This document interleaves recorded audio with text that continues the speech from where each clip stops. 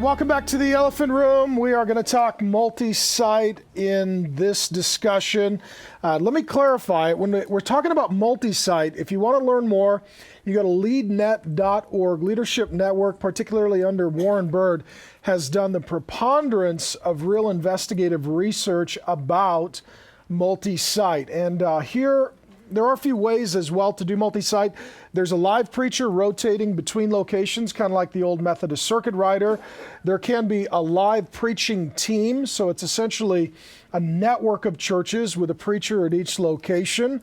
There can also be a video, which tends to be the most controversial aspect of the multi-site movement, where a preacher is live in one location and via video in another. And then also there are various combination approaches that combine these various ways of delivering the sermon. At present, in the United States, there are more multi-site churches than there are megachurches. There are roughly 2,000 megachurches. There are roughly 3,000 multi-site churches. And so this is a very fast growing phenomena and trend. And most of the largest churches in America, in fact, on the 100 largest list, almost every single church on that list is doing multi-site. Almost every single one. As well, we have seen it cross over into various cultures and communities, and even churches that have primary ethnic makeup that is non-Anglo. This is also shocking as someone who's really involved in church planning through Acts 29. They have a 90% success rate. Traditional church planting is over a 50% failure rate. Multi-site is a 90% success rate. And according to a Leadership Network survey, 79% of churches doing multi-site report that their percentage of volunteers has greatly increased. And so let me do this before we get started. Pastor James, how many sites do you have? 6. 6 locations. Soon to be 8. Soon to be 8. We'll make it 8. Prophetically speaking. Prophetically speaking. Pastor Greg? 3 for us. 3 for you. David? 1. 1. But it's a great one. Are you thinking about doing multi-site? No. It depends on this conversation. Yeah. Yeah, we can talk. We'll ask you in a half an hour. We should have put you up here to fight with these guys. Pastor Stephen? 4. 4. Pastor Matt? 3. 3. 5. 5. We're at 10, pregnant with a few. So that's a lot.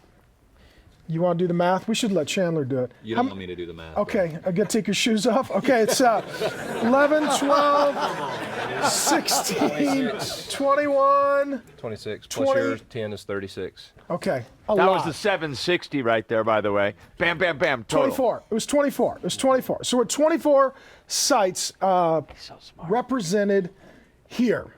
So that being the case, multi-site. Why did you go multi-site? Everybody else was doing it. It's like your quote, multi-site works. Yeah. I really had a heart. The way ours started is we were in Anderson. The city of Anderson has 24,000 people in it. The entire county has 170,000. Okay, now say this again. How big is your town? 23,000. And how many are in your church? We have roughly, Anderson campus, 7,000 to 8,000 come every week. Wow. So you can't go to the grocery store. I can, but I have 72 conversations. Well, it's great. It's great, unless I just want some Tic Tacs, man.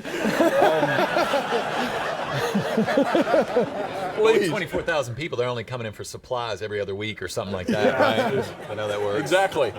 Like, we got the horse buggy. And but Greenville is the county next to us. It's one of the largest cities in the state. We started noticing a lot of people coming from Greenville.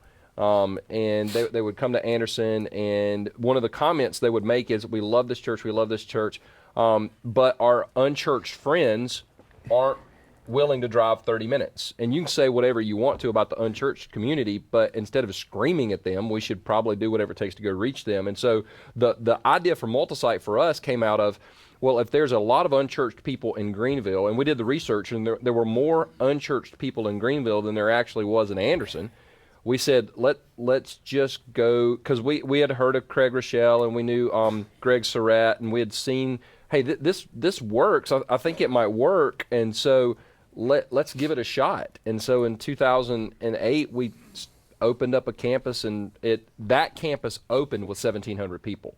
So we were like, hey, that we might have hit something there. Multi-site works. Multi-site works, yeah. And so what we discovered was, people said, I don't want to go see a video. Once you come one time, that argument goes away. You're like, you just don't use that anymore. You know what's weird too is, for those who get saved in a multi-site church, we're now hearing that a live preacher is unusual for them because that's not what they're accustomed to. Well, I've gone to these campuses on just a couple of occasions, and I stood in the lobby of one campus, and people walked right by me to talk to the campus pastor. And if they did walk by me, it was like... Yeah, but that's South Carolina. That's just a...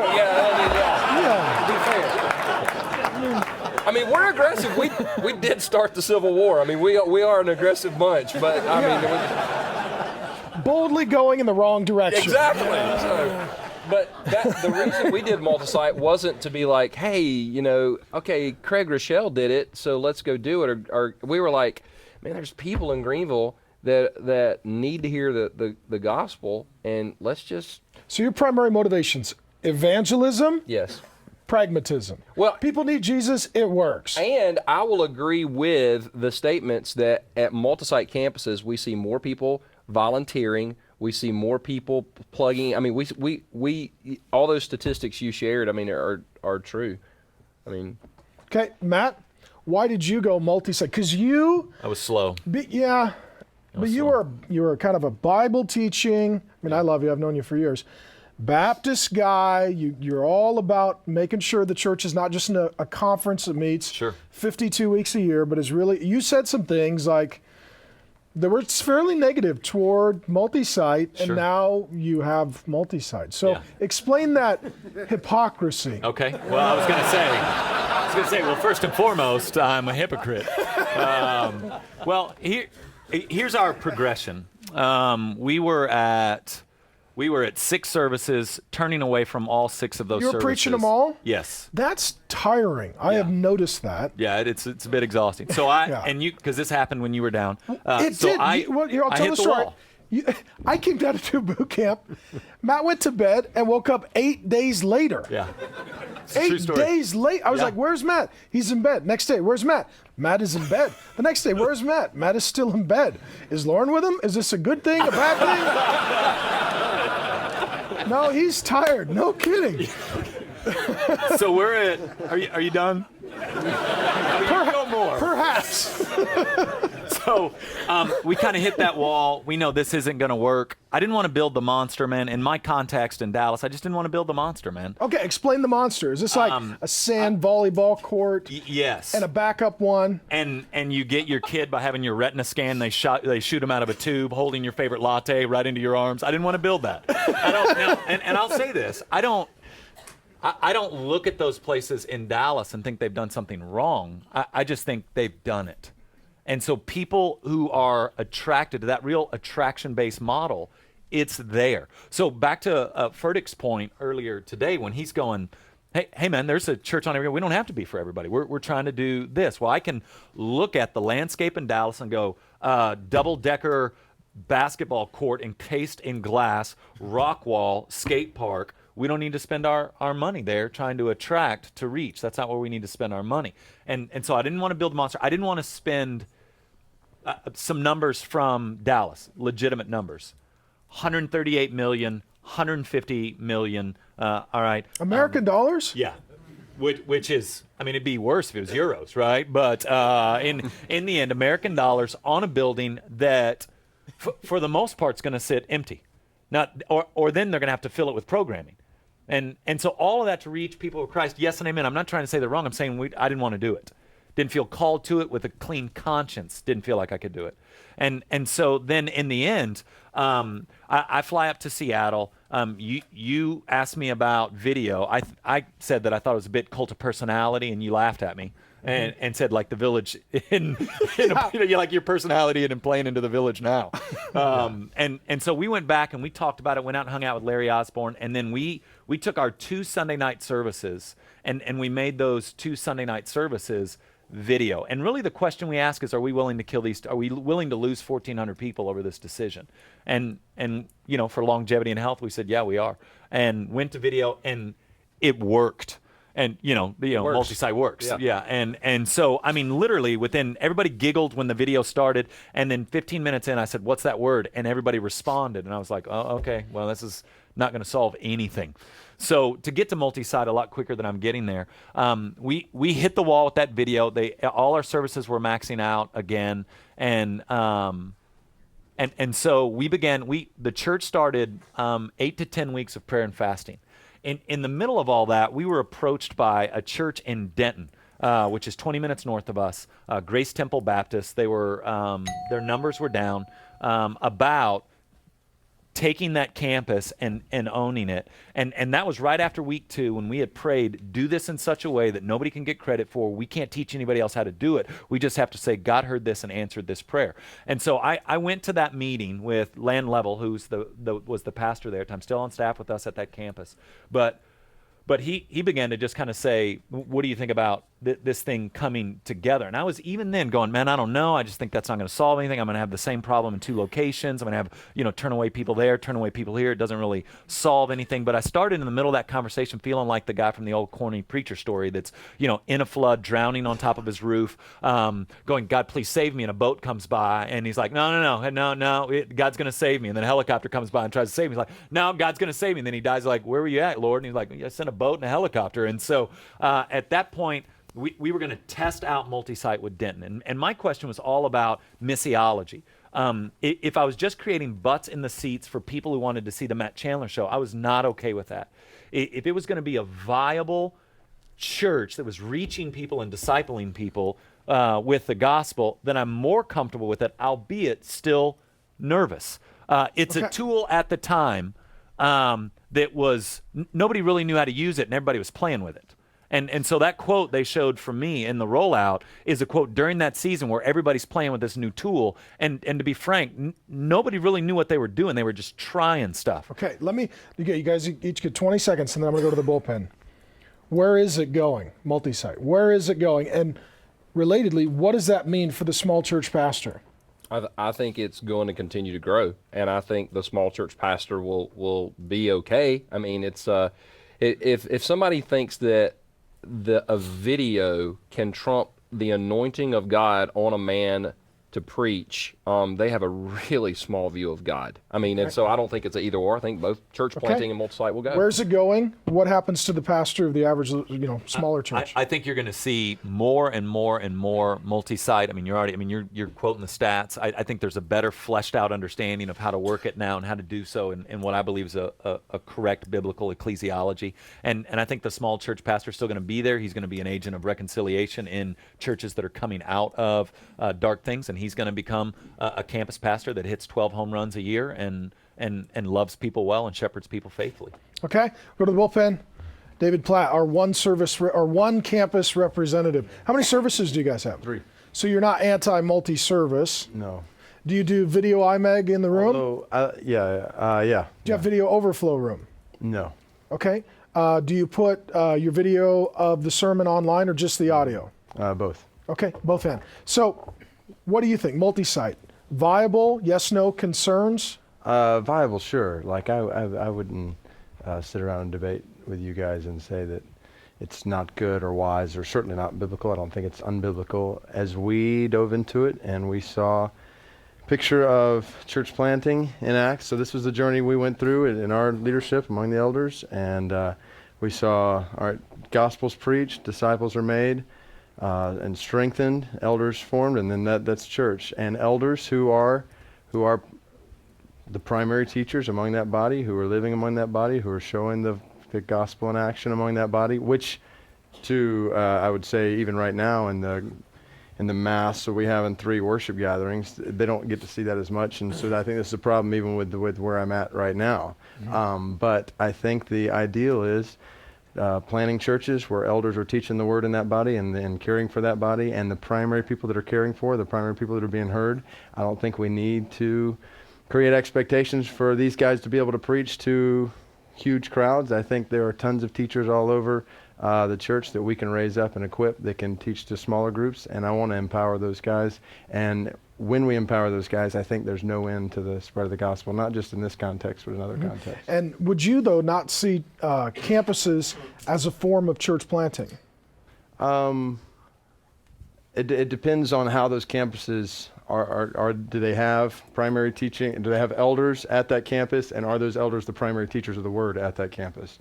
If so, then call it a church instead of a campus. But do you see any spiritual authority? Are you a functional cessationist or a continuationist? I would be a cautious continuationist. So you'd be a cessationist in denial. Okay. No. Or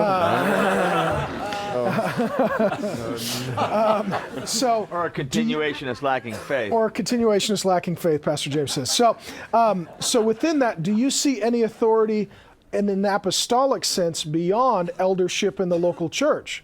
Meaning an apostle that works between multiple churches, not just elders who shepherd a local flock. I think primary authority needs to be with elders in a local body of believers. But do you agree that there is an apostolic gifting today that causes someone to lead a whole movement or network of churches like a multi-site? Certainly, I think God has gifted some brothers in a way that it can encourage many churches, but not in an authoritative way like an elder in a local church is. Okay, and that I bring that up because that's an ecclesiological issue. If all you see in the Bible is elders, then you don't see the role for more of an apostolic leader across multiple campuses or churches. If you see more of an apostolic function, small a, not capital A, not writing books of the Bible, but a movement leader across multiple churches, campuses, congregations, then it does change how you have to organize your ecclesia. And you view the apostolic leader as authoritative over those congregations? Under authority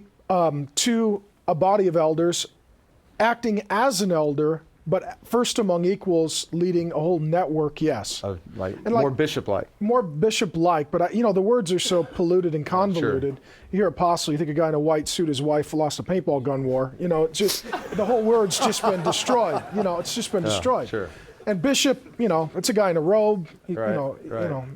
So Pastor James, do you see yourself with the 10 Harvest campuses, and you plant churches too, you planted 70 churches. What role do you think there is for something beyond the elder of just a local church? Well, first of all, I don't think that multi-site should ever be a substitute for the mandate to raise up, train, commission, and send out pastors. So every church, I'd be less concerned about how many campuses you have, and I would say, okay, Perry, you got campuses. Make sure you're raising up and training and sending out yourself. Because I think one of the big questions that multi-site raises is if we can reproduce the pastoral care, if we can reproduce the worship, if we can reproduce the location, and then we put ourselves on the screen, then by default what we're saying is the only thing you can't reproduce is me. And so then I think the litmus test for that is can you point to places where people that you've poured your life into are pastoring and leading autonomous, self-governing churches? I think that's absolutely essential. But if you are accomplishing that, then you can begin to say that multi-site is a kind of church plant, not a substitute for raising up and sending out Timothys, but it's a kind of way to launch a church. And I struggle, for example, in Chicago. Chicago is, the body of Christ is reeling with struggle about what to do with world-class cities. These big, massive cities that we have such a fractional saved population in. And I can just tell you that in our city, we've got pastors here that have planted independent harvests in the city of Chicago. But right now, honestly, our a campus strategy reaches more people sooner than our church planting city in this city. And so it's our predominant philosophy going forward, at least for our own city. More campus, give more resources. So many church plants are under-resourced. I remember when our church didn't even own a pencil. We started with 18 people, have nothing. Dreamed of a part-time youth pastor for 2 years. All right? So we'd have nothing. When a mega large church plants a campus, it's like rocking it from day one, resourced in every way. It's just hard for the church planter to compete with that. No wonder 50% fails. So, Pastor Greg? Well, I don't think it's either or. I think it's both. I think we do both. This last year, we started a live church, and as opposed to a dead one. We sent a guy up to L.A., and he planted a church. And then we've also been, we've started 2 satellite video only. Here's the thing that I think people don't realize. The greatest critics of multi-sites are usually people that have never attended one. That's good. I had someone say to me recently, she goes to our multi-site, loves it, trying to get her friend to go. No, I'm against it. Finally, she goes, now that's all she wants to go to. Because it takes like an hour, it takes almost 50 minutes to get in and out of our parking lot because of the way our place is set up. You go to the multi-site, there's like about 450 people at this one in particular. Everybody gets to know everybody. Hey, you want a pastor? There's a pastor, there's a pastor, there's a pastor. You come to the main campus, and we're spread out so thin, you have to look around to get a pastor. They actually get better pastoral care, develop better interpersonal relationships. They have all the advantages that our church provides, but with that small church feel that people like. But then I don't think that should take the place of planting churches, so I think it's all the above. Mm-hmm. Pastor Stephen Furtick? What's helpful to me about developing leaders within the context of multi-site church is that I'm able to raise up and train a lot of leaders who may not have a strong teaching or preaching gift, but they have a strong leadership gift. And I'm able to put them in a position where they can lead their campus, but they're not responsible for a 40-minute sermon 40 weeks a year. And it's actually enabled my ability to raise up more different kinds of leaders who may not have as public a gift, but they may be incredible leaders. Also, our first campus was within 14 months. And we started the campus because we were truly out of room to reach people for Christ. And within 30 days of finding another high school auditorium, we started a second campus. And it was very much pragmatically driven, but then I've kind of backed into a lot of the benefits. And one of them is, it is what you make of it, right? So if you want to use the fact that you're preaching on video screens at all these campuses as a means to create this celebrity culture, you can. But every time I talk about video teaching in our church, I try to make the point, it's not about me. And see, coming out of Charlotte, where it used to be, to grow a church, you had to buy 50 acres, build the biggest building that you could, put someone in, and one live man's live presence determines how big the church can grow. Now I'm able to say, it doesn't matter where I am. God is everywhere at all of our campuses. It's not about me. And we're able to train the people who watch the sermon on the video to be less consumeristic, to realize that it's not about what building, what campus I'm at. It's about, first and foremost, the gospel. And I mean by that, Matt, I mean the preaching of the death, burial, resurrection of Jesus Christ, faith in him, not the junk drawer version. But it's about that, and it's about the mission. And so we've actually used it rather than, I think a lot of people have the perception that it makes it more about the man. Less about him. It can be less about the man because you're constantly making the statement, I don't have to be in that building for you as a church to receive God's word. Okay. Man, where's my thumb? Where's my thumb? That's good. Thumbs up. All right. Thank So you. real quick, all the thumbs up. And I know I'm totally You have not outnumbered done on- one yet, David. Thumbs up or down, have you? Okay, yeah. we're going to give you a He's gonna do moment. it right now. Practice. Just practice. Okay, all right. Okay. Start negative. Start negative. So like, I see what you're saying, what all you guys are saying, but you are still there via video instead of someone else. So you are saying somebody else couldn't do it there, right? No. No. So So we somebody might be else saying that they couldn't do it as good. Okay. All right. All right. Okay, let me keep that. Let's tell it like it is. Aren't we? Do we believe that all gifts are equal? No. Do we believe that every preacher is as fruitful? Isn't there some 30-fold, some 60-fold, some 100-fold? So why am I going to put Joe apprentice to be 30-fold in 5 years up there if you can have something? If you can put something 60-fold up there, I mean, where's the economy? I mean, aren't we supposed to steward all this?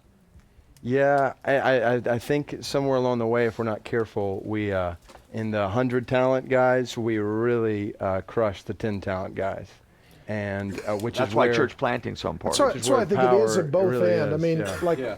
in Acts 29, Matt and I are in Acts 29, and there's 400 church plants. And a lot of those guys are small core grouping, struggling, slugging it out. We give, we serve, we fund. I mean, how much is the village giving to church planting this year? I mean, I don't know. It's significant. Yeah, I mean, we're giving, I think, 1.5 million. You're probably pushing $1 million, Yeah, I I mean, so it's a both and. So we're funding lots of core groups, and to me, it is a both and. You send out campuses, you send out church planners, and everybody makes their run because there's enough lost people for everybody. Yeah, and I think that the idea that somehow Mark Driscoll has always been the guy that he is. I mean, we started with 18 people. I was the guy that was slugging it out. I was the guy that 5 years into our church, I don't have a story like Stephen Furtick has. 5 years into our church, we had 500 people. And 1 year we grew from 400 to 250. Like, I did all that. I did all that, all right? And in the trenches of refining your gift, the Lord is the test of our fruitfulness, and I would never refer to myself as a 60-fold or as a 100-fold preacher. But let's allow that there appears to be some significant fruit. God will test it in the end. And I just don't believe that I want the young guy who's struggling, I want him to go through the same things that I had to go through to refine your gift, to develop your gift. I didn't roll out of bed one day and start preaching to thousands of people. And I want the church planters that are here that we've sent out to go through that process. But I don't want to feel like I have to limit my fruitfulness in the most fruitful years of my life so I can prove to him that I want him to have a chance. Yes, plant churches, but I don't have to tuck my most abundant years of fruitfulness in so you can feel like I'm not suppressing you. I'm definitely out on that. Okay, I'll tell you, let's go to questions. Aren't multi-site preachers losing the value of being a shepherd? Now there's prophets, priests, and kings, right? This is our deal. Kings, systems, policies, procedures, dollars, real estate, stewardship, effectiveness. Prophets, Bible, theology, preaching, teaching, guarding the gate, theologically. Priests, loving, shepherding, caring, community, affection. And so this is the priest question. If you just have a lot of kings and prophets, guys who can make it go big and preach it real strong, does that not negate them being actually a shepherd, a pastor of people? No.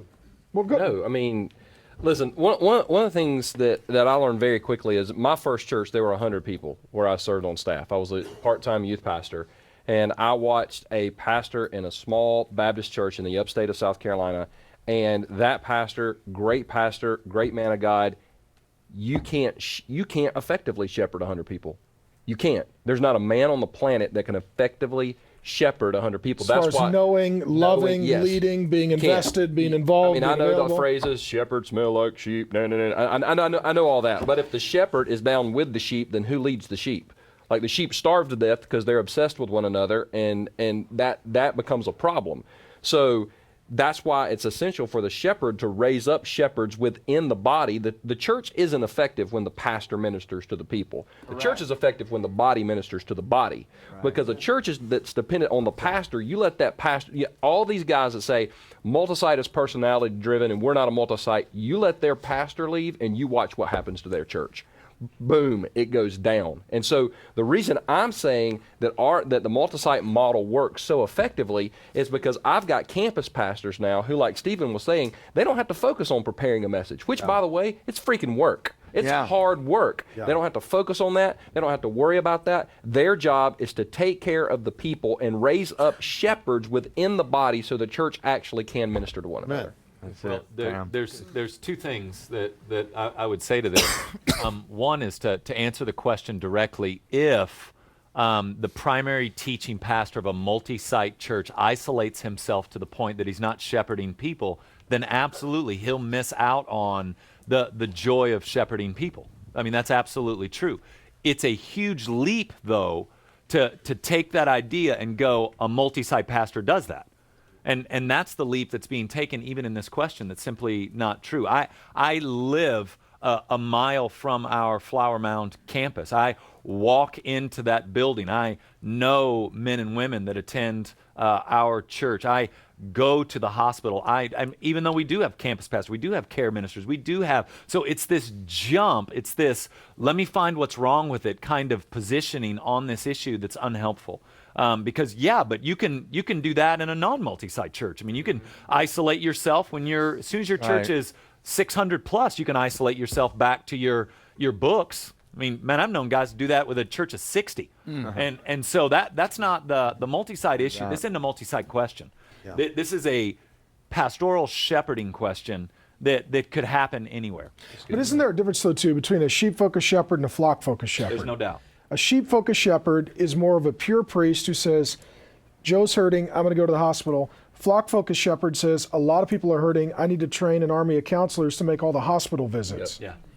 And so just because you pastor a larger flock doesn't mean you're not doing shepherding, but you're doing a lot of shepherd training. I mean, that's where legitimate campus pastors, real elders, real deacons, real small groups, real community at the campus is absolutely essential. But I think I would argue then what that provides is then the pastors get a pastor. And that's what a lot of guys don't get. They're shepherding the flock. Nobody's shepherding them. Nobody's asking, how's your marriage? How's your sleep? How's your health? How's your kids? How's your soul? How are you? Because it's shepherd, sheep, and there's no shepherd for the shepherd. Right. And in the situation we've got, I still meet with rape victims. I still do hospital visits. I still do a certain amount of work with single moms and stuff. But at the end of the day, I really am most concerned about my campus pastors and certain senior level leaders, because then they're leading whole campuses with hundreds and sometimes thousands of people. And I want to be their pastor, because if I can make sure that, again, back to that more apostolic role, who pastors the pastor? I never had that. To this day, I don't have a pastor. I've never had a pastor. I swim without a lifeguard on duty. Now, some of my elders have come along to help and to serve and to grow in that area. But if we could build a church where, it's kind of a senior shepherd caring for shepherds who are caring for group leaders and counselors who are caring for the flock, then I think you can't say, well, this isn't a church that shepherds. It may not be a senior shepherd who's doing a lot of shepherding, but a lot of shepherding's getting done. So he may not be going to the hospital 20 times a week, but those are all covered by people who love Jesus. So next question, internet campus. I don't even believe in that. Most can create one, but should we create? What do you guys think of an online, like, Second Life, church, right? Yeah. No. Is there such a thing as a church online? Like, I click for communion, I click for baptism. I would say no. The gathering of the people of God is a mandate in Scripture, and that's not a virtual gathering. That's a physical, smelly pursuit of the Lord. It's not. It would be a weird way to have a marriage too, wouldn't it? People are trying it. Yeah. My opinion has, I've done a 180 on this, Mark. 2 years ago, I would have said yes, and we tried it, and that it just, I've had people say people are more honest online, and I'm like, oh really? Is that why their name is Auto Guy 165? Because they're so honest? And so I'm like, no, they're not. They're fake online. And so we tried it, and we tried it for about 9 or 10 months, and I finally came to the conclusion, you got it. What you said. Yeah, we tried it and just didn't work. So I think now if other people are doing it, great, but I think you've got to meet together with a body of believers. Okay. And I'm supposed to do wrap at this point, and I would say a couple things. We at this point go on multi-site where, not to name names or be disparaging, some people I really do love and respect, met with them and they said, okay, we're doing multi-site church, you're growing. We were at 5 services at the time we'd been. I mean, at one time I was doing 7 services, 3 locations on Sunday, which was suicide. And they said, just go multi-site, man. It works. It totally works. And, I want something that works. But at the end of the day, I asked, okay, you're doing multi-site church. What's a church? So I asked a number of pastors doing multi-site. And I never got an answer. I mean, it was like, the great assumption. Well, we're two or more gathered, and that's a verse on church discipline. I mean, it's like, it doesn't have anything to do with anything. So I was like, okay, well, before we do multi-site church, we need to define church. And then whatever the Bible says church is, then when we do multi-site church, we need to do that in various places, but we need to do what the Bible says. So that led to writing a book and all that kind of stuff. So I think for those that are looking at multi-site, my first recommendation would be, make sure you have a clearly defined biblical conviction about a church and what a church is and what a church does. And then when you're reverse engineering your multi-site philosophy, you're thinking through, how are we going to do that? How are we going to do church discipline? How are we going to do sacraments? How are we going to do community and unity and love and leadership and mission and evangelism? And what will this require? Once you do that, though, you do have an opportunity to take the resources of an existing church, and if you do it like a church plant instead of an overflow room, it really can and does succeed. And this also gives us an opportunity. 3,500 churches in America are plateaued, closed, declining every year. 3,500 churches die and close. 80% are plateaued and declining. And it's a lot of the times because the person leading that is a priest. Really loves the people, but not a king who knows how to build it, and not a prophet who can proclaim enough to really gather a crowd and mobilize. And what we're finding is in some of those situations, you get a building and a good priest. If you come in with a king and a prophet, they can clean that place up, help get the word out, bring the people in, teach the Bible. Then that pastor is really happy, because sometimes for him it's 20, 30, 40 hours a week of sermon prep and theological study and laboring, and he can't get to the people. Right. He can't get to the people. Let me close with this. How long does it take you to prepare a sermon? A week. 7-8 hours. You? When his podcast comes up, I just download that and it whatever. Otherwise, a week. But probably the same thing. Probably about 7 or 8 7 hours. or 8? Closer to 20. 20?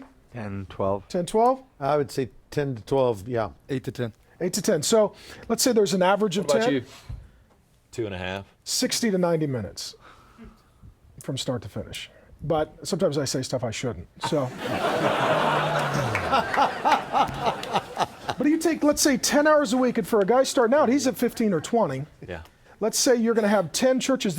You start doing the math. That's 200 to 400 hours a week of sermon prep, or 10 to 20, and then you're freeing up hundreds of hours to train leaders, be on mission, and care for people. So we'll give it to Jeff.